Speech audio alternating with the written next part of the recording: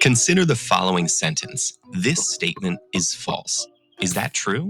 If so, that would make this statement false. But if it's false, then the statement is true. By referring to itself directly, this statement creates an unresolvable paradox. So if it's not true and it's not false, what is it? This question might seem like a silly thought experiment, but in the early 20th century, it led Austrian logician Kurt Gödel to a discovery that would change mathematics forever. Gödel's discovery had to do with the limitations of mathematical proofs. A proof is a logical argument that demonstrates why a statement about numbers is true. The building blocks of these arguments are called axioms, undeniable statements about the numbers involved.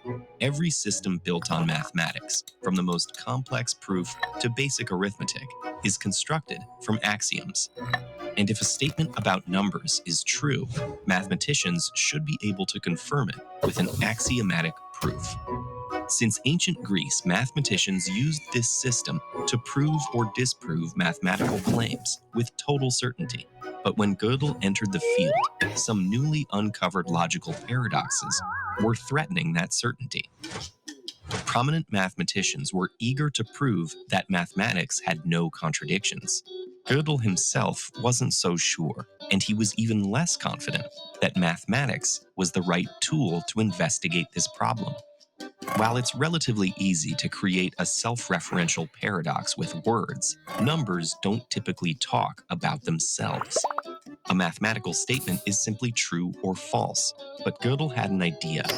First, he translated mathematical statements and equations into code numbers so that a complex mathematical idea could be expressed in a single number. This meant that mathematical statements written with those numbers were also expressing something about the encoded statements of mathematics. In this way, the coding allowed mathematics to talk about itself. Through this method, he was able to write "this statement cannot be proved" as an equation, creating the first self-referential mathematical statement. However, unlike the ambiguous sentence that inspired him, mathematical statements must be true or false. So, which is it? If it's false, that means the statement does have a proof. But if a mathematical statement has a proof, then it must be true. This contradiction means that Gödel's statement can't be false, and therefore, it must be true that this statement cannot be proved.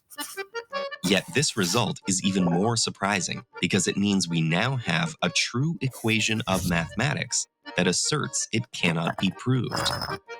This revelation is at the heart of Gödel's incompleteness theorem, which introduces an entirely new class of mathematical statement. In Gödel's paradigm, statements still are either true or false, but true statements can either be provable or unprovable within a given set of axioms. Furthermore, Gödel argues these unprovably true statements exist in every axiomatic system. This makes it impossible to create a perfectly complete system using mathematics, because there will always be true statements we cannot prove. Even if you account for these unprovable statements by adding them as new axioms to an enlarged mathematical system, that very process introduces new, unprovably true statements. No matter how many axioms you add, there will always be unprovably true statements in your system. It's Gödel's all the way down. This revelation rocked the foundations of the field, crushing those who dreamed that every mathematical claim would one day be proven or disproven. While most mathematicians accepted this new reality, some fervently debated it.